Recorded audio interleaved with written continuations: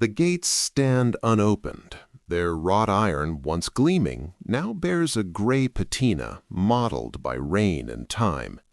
Beyond them, the great stone walls of the Harriman Estate rise, silent, impermeable. No carriage wheels disturb the gravel drive, no voices carry across the gardens. The fountains, once orchestrated with exacting precision, are dry, their basins cracked. Inside, the rooms stretch into shadow, heavy with furniture that remembers hands no longer there, lives no longer present. There was a subtle residue in the air, dust and perfume, ledger pages and polished brass, traces of a machinery of influence once immense, now stilled. To enter here is to witness a pause in power, a moment when wealth, control, and ambition have ceased to move outward and now echo inward. The Harriman Estate was never merely a house, it was a signal, a stage, a claim to authority whose boundaries extended far beyond its gates. Its isolation was deliberate, its influence deliberate, and yet both are now incomplete, suspended between memory and neglect. In the silence, one confronts what happens when an institution built on accumulation and control meets entropy. The outer structure persists almost defiantly, but the currents that once animated it have vanished. What remains is neither ruin nor triumph. It is the quiet residue of dominance, the stillness after expectation. And it demands a reckoning, not of individuals, but of the system they constructed, its logic, and the culture it cultivated. Chapter 1. The Absent Heart. The gates of the Harriman Estate remain unmoved, a barrier at once literal and symbolic. Their ironwork, intricately forged, bears the quiet erosion of seasons, rust creeping along hinges, black paint peeling in fine layers. The lock itself hangs loosely, as if forgotten, yet somehow still asserting control over entry. Beyond it, the gravel drive, once swept daily by a regiment of staff, has begun to return to earth. Moss grows along its edges, insinuating itself between stone and soil, and the straight lines that once marked deliberate passage now yield to random encroachment. Each step across this ground, softened by years of neglect, carries a weight not simply of distance, but of absence. The gardens, once a measure of precision, have surrendered to their own slow rhythms. Yew hedges sag where they were trained into geometric order, flowering beds, chosen and curated with a single-minded aesthetic, erupt in disorder. Wild grasses rise between sculpted paths, ivy snakes across stone balustrades that were never meant to bear it. The fountains are dry, the basins cracked, and the intricate bronze spouts, once polished until they reflected the sun like mirrors, are dulled beneath layers of lichen. Insects flit through the hollowed shell of this environment, their movements indifferent to the human designs around them. Nature moves unhurriedly, filling the spaces left vacant by a system of oversight that has ceased. Inside the house, the silence is heavier still. Doors swing without restraint, hinges creaking under the rare disturbance of wind or stray animal. Light falls through tall windows, striking dust in shafts that cut across hallways and staircases, revealing the faint pattern of rugs once replaced each season. Rooms stretch into shadow. Furniture holds the memory of occupation, yet no longer its motion. Tapestries droop against walls, and chandeliers, though intact, are dulled by decades without polishing, suspended like specters in vast chambers. There is a smell here, a mixture of timber, varnish, and the faint trace of decayed textiles that acts as a residue of continuous activity, now arrested. Every object is a record of service, every corridor a measure of routines that once asserted control over this place. The estate's size, meant to impress and to contain, now works against it. Corridors extend with no purpose, staircases climb to floors never touched. Spaces designed for gatherings, dining halls, salons, libraries, are no longer stages, but empty shells. Without human rhythm, the architecture itself becomes inert, a skeletal framework of authority whose presence is undeniable yet unproductive. The house is not simply vacant, it is a structure in suspension, holding the imprint of order without its operation. It is in this stillness that the first recognition of loss emerges, not only of wealth or staff, but of influence itself, of the capacity to shape life beyond these walls. Even the smallest artifacts attest to interruption. Ledger books left open on desks, quills stiff in dried ink, chairs positioned as if waiting for occupants who will not return, and the scent of old leather, a material meant to age alongside human touch, now stilled. The estate presents a contradiction. It is materially intact, yet functionally absent, a preserved echo of dominance without the energy to enforce it. In these rooms, the visible and invisible coexist. The architecture speaks to the scale of control once exerted, while the silence reveals its suspension. Chapter 2: The Weight of Prestige. The Harriman Estate was a stage on which influence took form. Its prominence was not declared through signage or heraldry, but through presence, through the deliberate orchestration of environment and access. Visitors arrived not simply to observe wealth, but to enter a networked sphere of authority. The approach to the house, long and deliberate, was part of the architecture of reputation. Graveled drives, manicured lawns, and gates that signaled both welcome and exclusion. Each element imposed an expectation, a tacit understanding that the estate itself was a measure of who belonged and who did not. Within its walls, visibility and proximity translated into influence, and the rhythm of reception, dining, and assembly defined the social order that radiated outward into the broader world. Salons and drawing rooms served as instruments of social calibration. Tables and chairs were arranged with precision, positioning not only people, but ideas. Conversations, measured and deliberate, were curated through seating and timing. The estate's libraries, their shelves meticulously arranged, were more than repositories of knowledge. They were markers of intellectual alignment and cultural authority. The choice of books, the display of art, the placement of sculpture, all was signals, silent yet unmistakable, of the estate's role as a center of taste and power.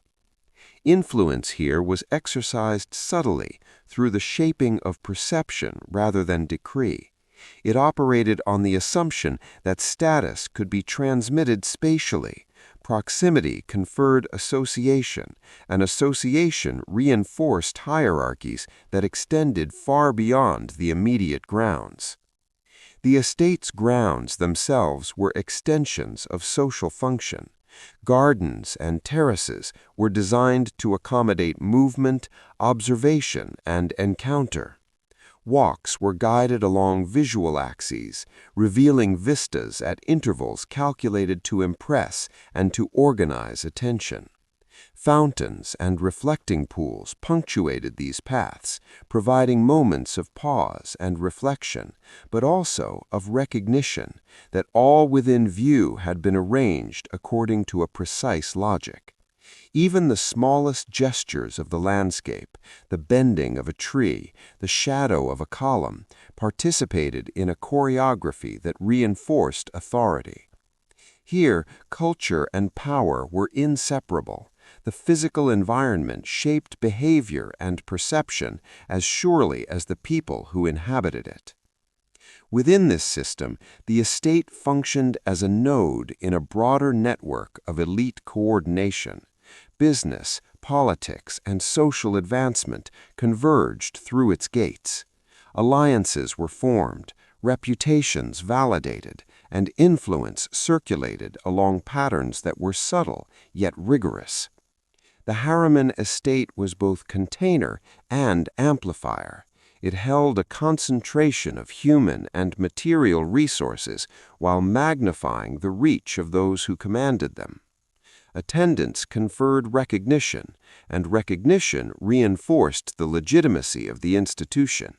To occupy its spaces, even briefly, was to participate in a ritual of power that extended well beyond the immediate household, touching cities, industries, and social conventions with quiet, persistent pressure.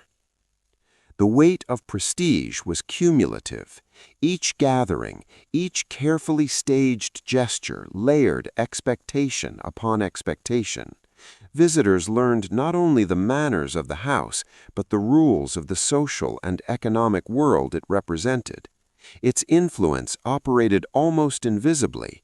Those within its orbit came to internalize the estate's codes of behavior, its hierarchies, its standards of taste. The estate mattered not simply for the grandeur it projected, but for the subtle discipline it imposed on the networks it encompassed. It was both a symbol and an instrument, simultaneously seen and operational, holding authority in the shape of space, ritual, and calibrated social exchange. Chapter 3. Foundations of Control. The Harriman estate was never conceived as mere residence.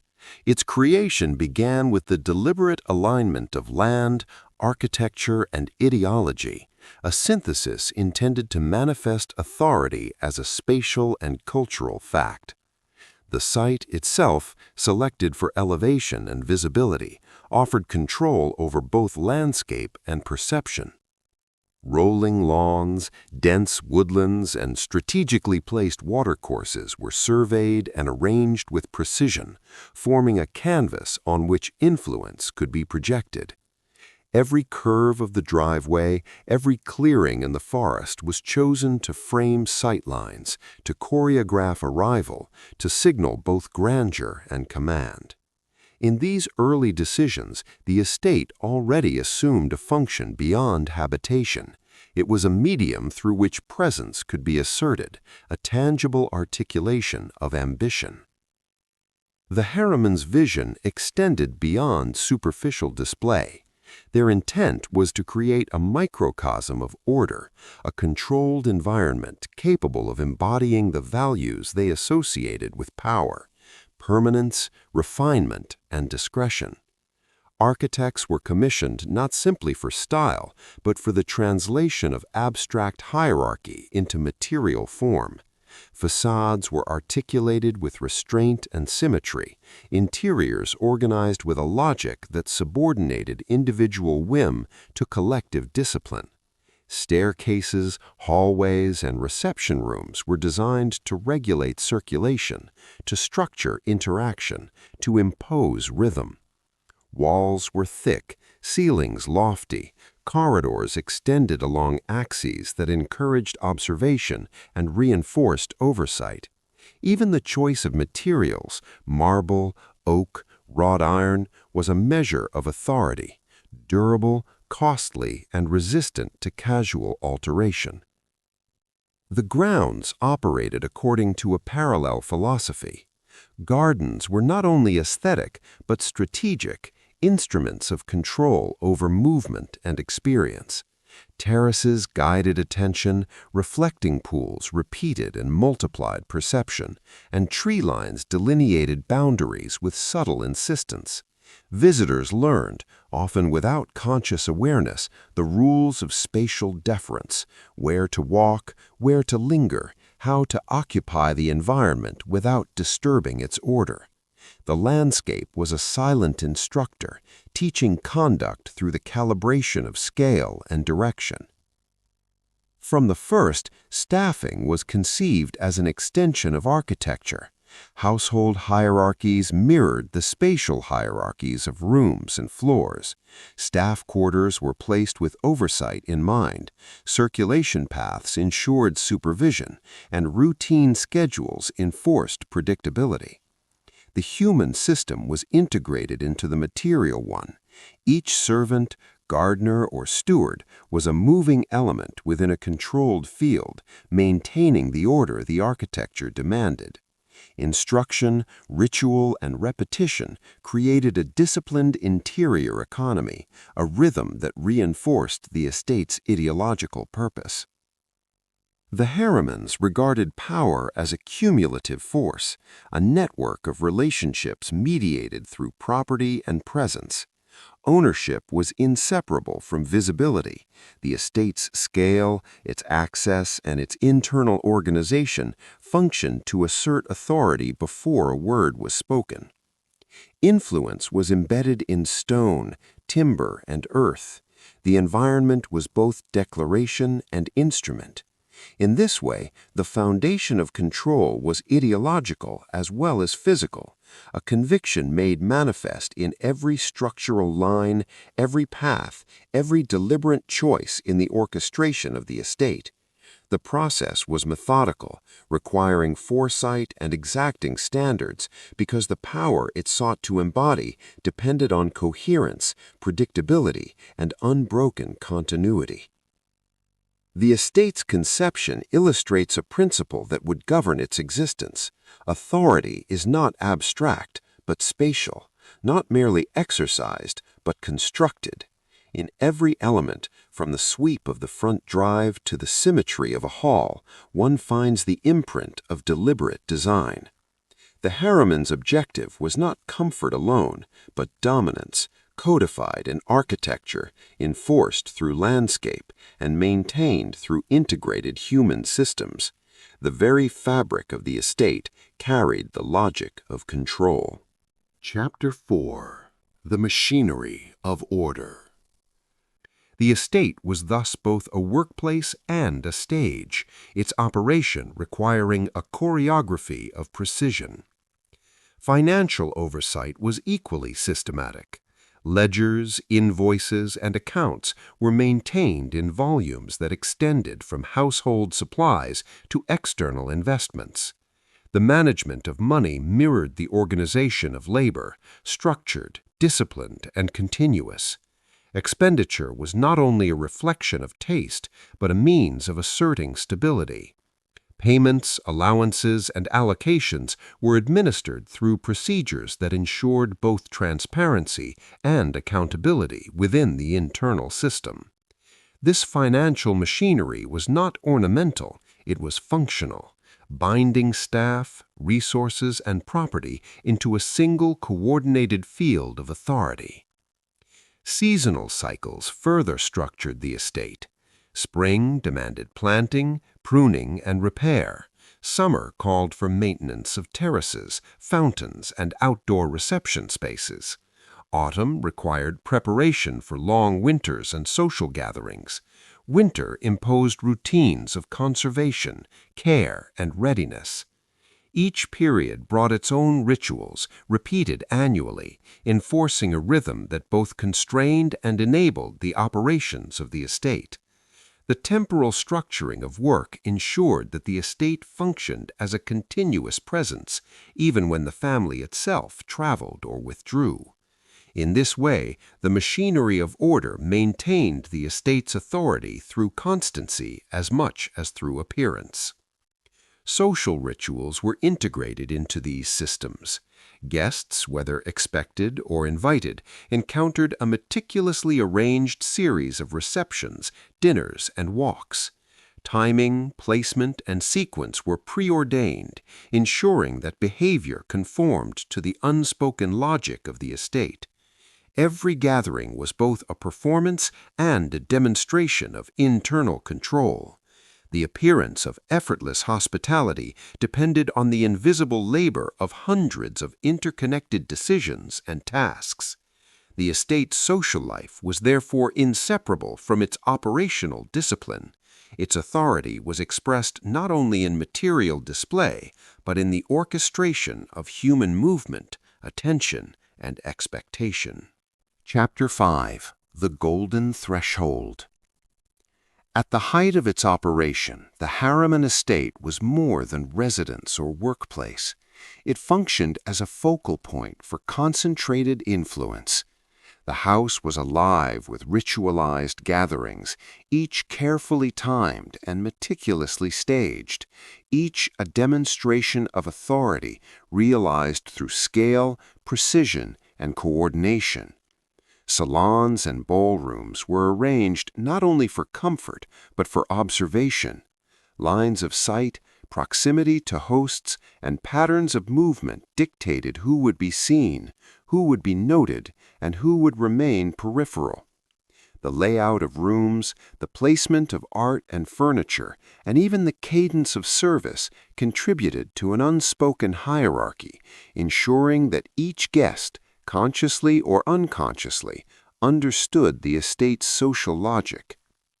Cultural production was embedded within these gatherings. Music, literature, and art were not incidental. They were instruments through which the Harrimans projected taste, education, and refinement. Pianists performed in salons where natural light fell just so. Paintings and sculptures were displayed with attention to thematic resonance and audience perception. The choice of works, European masters, contemporary commissions, or rare manuscripts signaled alignment with intellectual currents and participation in the wider cultural conversation. Each object, each performance functioned as a node of authority, an assertion that the estate was not merely a repository of wealth, but a center for shaping taste and judgment. Political influence moved through the same channels. Members of government, financiers, and industrial leaders passed through the estate's halls, their presence mediated by ceremony and expectation. Conversations were orchestrated with subtlety. Seating, sequence, and even the timing of meals structured dialogue. Informal decisions were as consequential as formal ones, emerging in private rooms where staff, deliberately peripheral, ensured discretion. The house itself operated as a mechanism of oversight, maintaining both visibility and control. Here, power was exercised through proximity and perception, reinforced by the careful choreography of space and time. The estate's gatherings also exemplified the interplay of abundance and discipline. Banquets, garden parties, and formal receptions were lavish, yet executed with invisible rigor. Silverware, crystal, and linens were maintained to exacting standards. Each meal was preceded by preparation that could involve dozens of staff over hours or days. Floral arrangements and table settings followed codified patterns, signaling attention to detail and mastery over both resources and environment. The appearance of ease, of spontaneity, was an outcome of this discipline. It was a demonstration of control, a proof that the estate's systems could support both spectacle and stability. This apex of operation revealed the stakes inherent in concentrated wealth. The estate functioned simultaneously as home, stage, and instrument. Its influence radiated outward, defining networks of alliance, reputation, and cultural authority. Every movement within its walls, of staff, guests, or family, was mediated by architecture, ritual, and expectation. The Harriman's command of these elements rendered the estate a locus where wealth, taste, and power converged into tangible form. It was a place where authority was performed with precision, where culture was produced deliberately, and where every interaction was measured against a backdrop of scale and consequence. Chapter 6. Cracks in the Facade. Societal norms also began to exert influence. The conventions that had long structured hierarchy and propriety, the unquestioned authority of family, the obedience of staff, the clear demarcation between public and private spheres were becoming less absolute. Staff increasingly had exposure to external ideas and opportunities, bringing expectations that sometimes conflicted with the rigid rhythms of the household.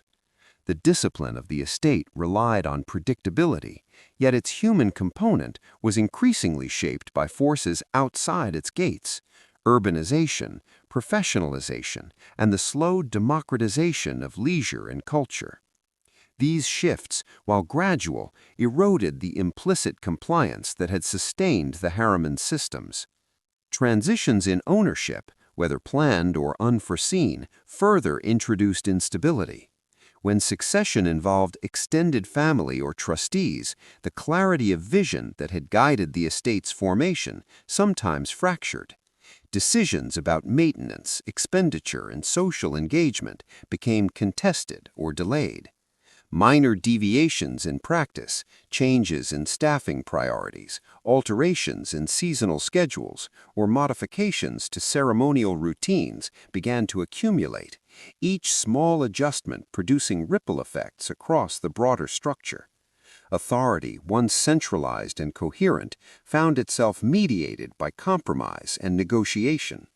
Physical indicators of strain appeared alongside procedural ones. Gardens, once precise in layout, showed the first signs of uneven care. Fountains required more frequent repair. Repairs deferred during periods of constraint produced slow decay. Yet these material signs were not the most telling. The subtler markers of fragility lay in rhythm and expectation. Meals prepared with a half-dozen extra hands, rooms rearranged with minor inconsistency, or the absence of particular rituals all suggested the first fissures in what had been an unbroken sequence of authority. Each gap in practice illuminated a larger vulnerability. The estate's power was enacted daily, and any disruption, however minor, challenged the perception of infallibility. Even social function began to reflect these tensions. Gatherings that once operated with seamless choreography now required additional oversight, contingency, or simplification. Seating plans were adjusted, guest lists pruned, and ceremonies shortened. The appearance of abundance and effortless hospitality, so integral to influence, was increasingly dependent on labor stretched thin and coordination complicated by external pressures. The estate, while materially intact, was experiencing the first indications that its operational systems, the true backbone of authority, were susceptible to the external currents it had long resisted. Through these early fractures, one sees that the Harriman estate's strength had always been contingent. Its influence depended on an intricate equilibrium of wealth, labor, ritual, and expectation. The cracks emerging in this period were not dramatic, yet they were persistent and cumulative.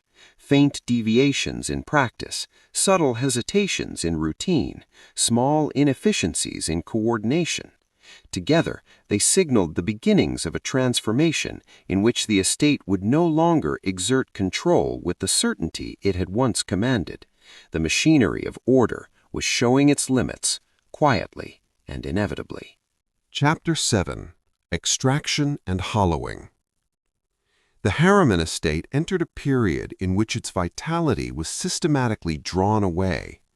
The first visible signs were subtle. Positions left unfilled, routines compressed, rooms no longer prepared with the same precision. Staff reductions, initially justified as efficiency or economy, began to alter the rhythm of labor that had long maintained the house's order. Housekeepers oversaw greater areas, gardeners pruned less frequently, and maintenance schedules stretched into uncertainty. The choreography of the estate faltered, and with each absent hand, the clarity of authority receded. Control, once enacted through daily repetition and careful attention, was replaced by omission. Financial pressures accelerated this transformation. Assets that had previously circulated within the estate's economy, artworks, furnishings, rare collections, were sold or relocated. Each transaction removed both material wealth and the symbolic weight it carried. A painting, once displayed to signify taste and discernment, became currency. Furniture, long aligned to reinforce sightlines and spatial hierarchy, was transferred or auctioned, leaving voids that disrupted the intended perception of order. These removals were measured in necessity, but they produced consequences far beyond ledger balances. The house, once coherent in its design and experience, began to fracture. Gaps appeared in the narrative it had long embodied. Neglect followed extraction. Once critical repairs were deferred, roofs, chimneys, and plumbing deteriorated under absence of attention. The gardens, no longer tended with the same insistence, reverted to a half-wild state. The clarity of paths, vistas, and axes that had structured social and visual experience blurred beneath the encroachment of vegetation. Spaces designed for ceremony fell silent, their intended use abandoned. The estate, in its materiality, remained imposing, yet the system that had animated it, the deliberate interplay of labor, object, and ritual, was collapsing. What had been sustained through wealth and discipline now required an intervention that no longer arrived. Symbolic abandonment accompanied practical neglect. Rooms once prepared for reception and observation sat empty. Fixtures gleamed no longer. Tables were stripped of display. Even when the family or occasional guest returned, the estate's performance could no longer be fully enacted. The absence of staff and the removal of assets produced a perceptible shift in perception. The house's authority was not merely reduced, it was hollowed. It remained in scale and materiality as a sign of former power, yet the mechanisms that had given it life had been withdrawn. In this hollowing, one observes a transition, stewardship replaced by extraction, maintenance supplanted by removal. The impact on social function was immediate. Gatherings became smaller, fewer, or entirely suspended. The rituals that long communicated authority, banquets, receptions, and formal walks, could not be enacted with the same precision or consistency. The estate's capacity to influence, to operate as a node of networks and culture, diminished not through scandal or overt attack, but through gradual subtraction. The very scale that had once signaled permanence now emphasized fragility. Large halls, expansive terraces, and extensive gardens all required attention that could no longer be supplied. The estate's apparent grandeur became, in effect, a measure of what had been lost. Chapter 8. Traces and Remnants. The Harriman Estate endures in form even as its function has receded. Roof lines remain intact, facades retain their symmetry, and corridors stretch in silent testimony to scale and ambition. Yet the operation that once animated every room, path, and terrace is largely absent. Physical structures persist, but the estate's capacity to exert influence or to regulate behavior has been largely suspended. What remains is a residue of presence, architecture, landscape, and objects that signal the scope of former power, even as the mechanisms that once activated it lie dormant. Gardens, though partially overgrown, retain glimpses of their original geometry.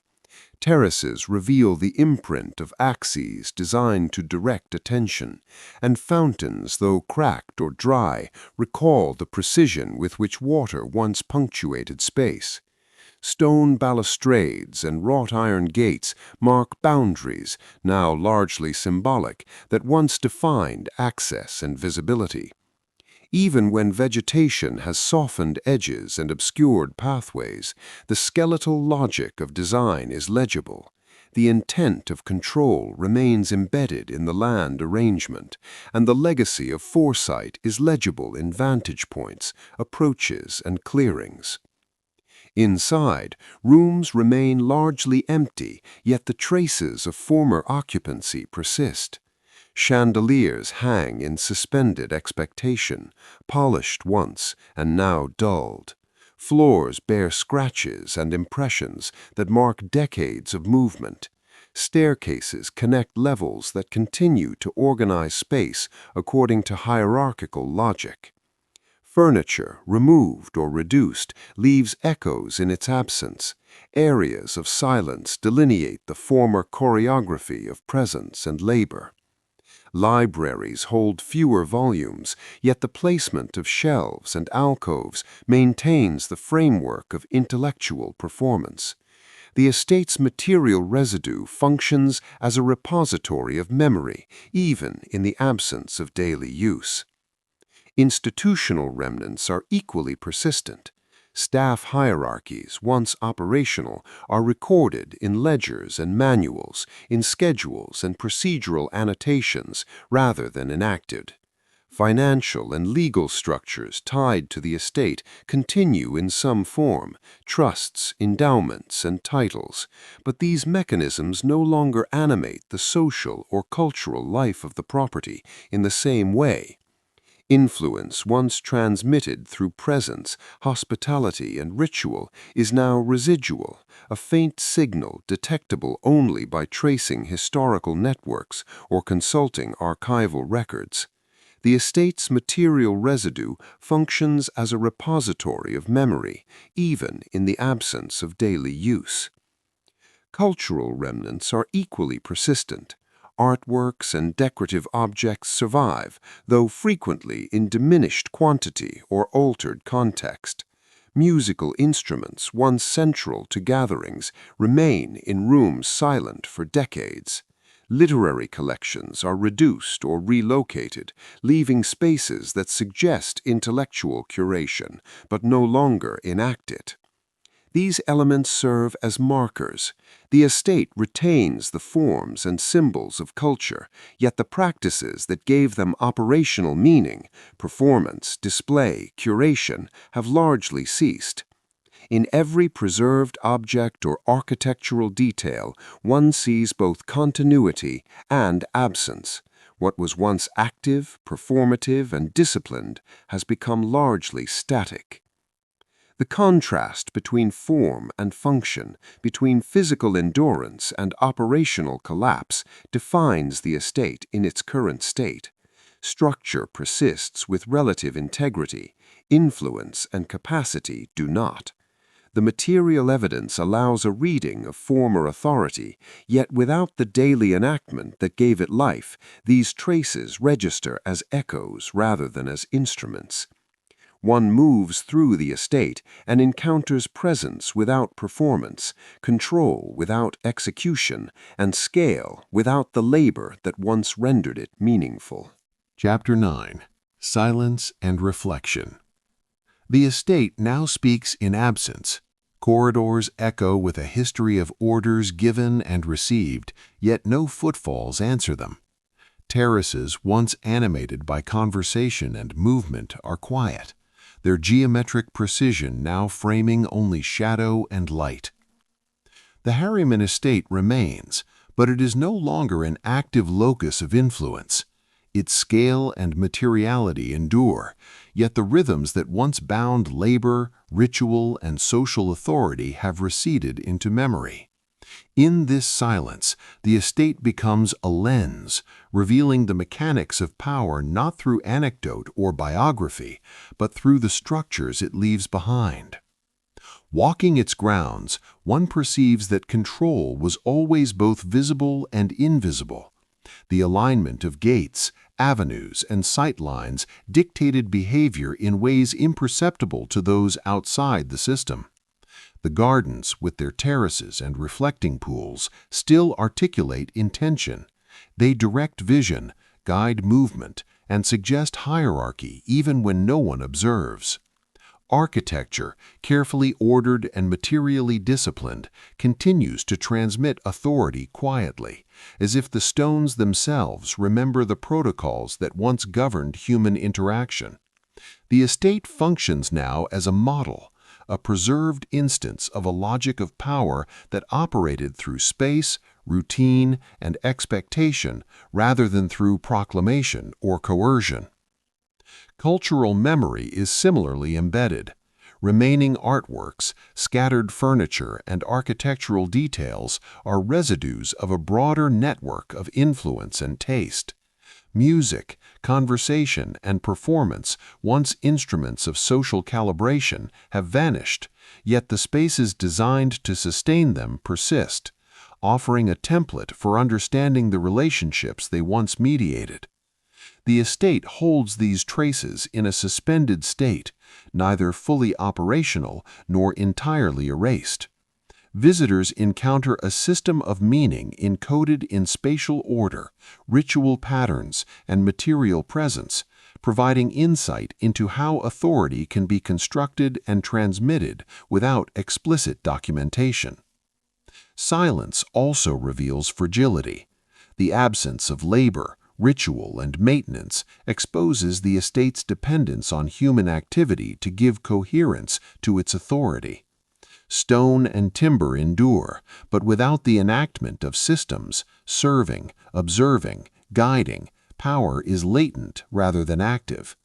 The estate demonstrates that influence is not inherent to scale or wealth alone, but to the continuous operation of structured routines. Its survival as a physical object is inseparable from its previous role as a network of interactions, reminding observers that authority is performed, maintained, and rehearsed rather than fixed. This quiet contemplation shifts focus from individual ambition to systemic design. The Harriman Estate is a case study in how power is embedded in material, temporal, and social architectures. Its isolation is instructive. Influence required both connection and enclosure, labor and expectation, ceremony and control. By observing what remains, one can trace the logic of order, the mechanisms of hierarchy, and the conditions under which authority can recede without entirely erasing presence. The estate, in stillness, instructs on the interdependence of resources, ritual, and spatial organization, offering an enduring record of what it means to manage, project, and sustain influence.